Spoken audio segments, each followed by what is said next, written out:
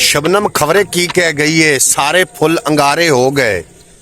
तूफाना नू दोष किदे, ये खुद बेईमान किनारे हो गए। कुत्ते चोरियां लभदे फिरदे, बंदे बेइतबारे हो गए।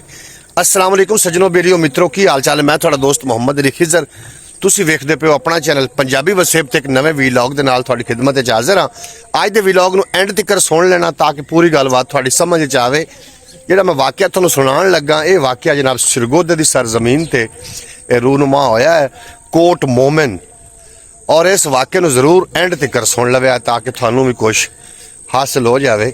मैं जनाब फखर इस गल ते महसूस करना कि मैं पाकिस्तानी हाँ, लेकिन इस गल ते मैनूं फिक्र भी है कि मैं पाकिस्तान दे अंदर मौजूद हाँ। जदों जनाब जिहड़े पहरेदार होंदे ने उही डाकू बन जावन ते फिर थोड़ा तहफ़ुज़ किन्ने करना है। कोट मोमिन अंदर दिल खराश वाकया जनाब ये पेश आया कि एक फोन मसूल होया एक लड़की नूं कि तेरे वालिद नूं नशे दे जुर्म विच पकड़ लिया गया है, पुलिस लैके चली गई है और फलां थाना है, उत्थे तुसीं पहुंच जाओ। वो बच्ची है जो बड़ी परेशान हुई, परेशान होके तो जनाब घरों बाहर निकली। की वेखदी है कि पुलिस का डाला पहले ही उसका इंतजार करता पिया। पुलिस वाले आ गए, उन्हें आख्या तू थाने चली? उन्हें आख्या जी मैं थाने चली हाँ। उसने आख्या साढ़े नाल बह जा, असीं तैनूं थाने पहुंचा देने आ।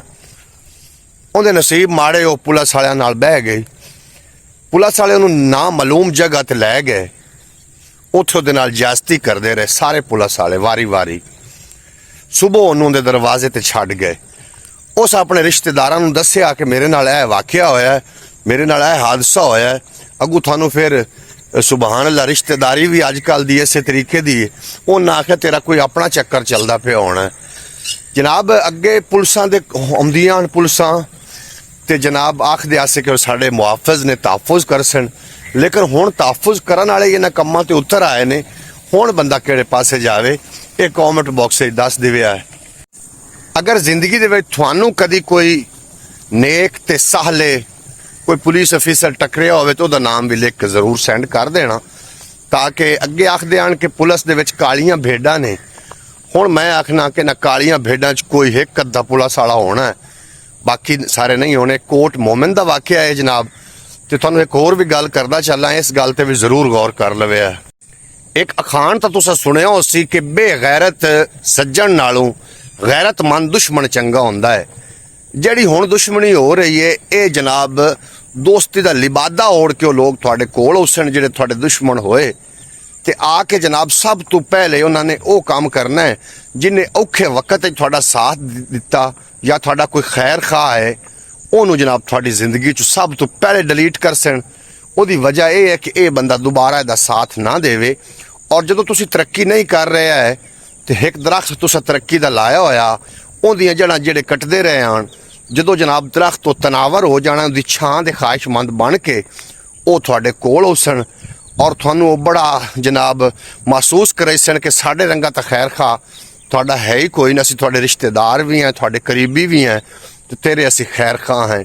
उहदी वजह यह हुंदी कि वो फल उस दरख्त ने हुण फल देना हुंदा है ते वो उस दरख्त दे फल दे ख्वाहिशमंद हुंदे ने, लेकिन जिन्हें तुहानूं वो दरख्त लवाया हुंदा है, औखे वक्त तुहाडे काम आया हुंदा है, उन्होंने जनाब तुहाडी जिंदगी चों पहले डिलीट कर देन ताकि बंदा दोबारा इनकी कोई रहनुमाई ना कर सके।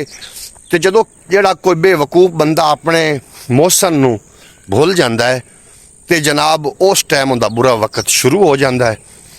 वो मुड़ होंदा इंज है कि जिहड़े दुश्मन होंदे ने वो आसानी नाल जनाब वार कर लैंदे ने उहदे उत्ते, और जदों उहनूं कमज़ोर कर लैंदे ने ते वो भी जनाब रफू चक्कर हो जाते हैं और हट के उस दोस्त की फिर याद आ रही होंदी है जिहड़ा औखे वक्त च काम आया होवे।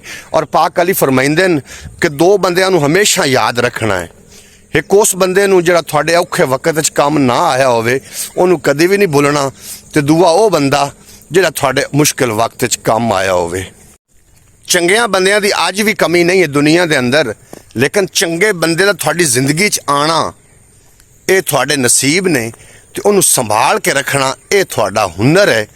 और जनाब जिहड़े चंगियां बंदियां नूं संभाल नहीं सकते, उन्हां दा बुरा वक्त जिहड़ा है ना वो बड़ा ही नेड़े हुंदा, जिहदी वजह नाल जदों उनका बुरा वक्त शुरू होंदा है उनकी जिंदगी चों अच्छे लोगों नूं हटा दिता जाता है, तो वो लोगों नूं लैके आउंदे ने जिहड़े बारूपीए हुंदे ने। वक्ती तौर तो तुहाडा जनाब वो बड़े खैर खा बन सन, बड़े थोड़े नाल अपनी मुहब्बतां जताई सन, लेकिन जदों काम निकल गया फिर थानू इस धरती ते नज़र भी नहीं आने।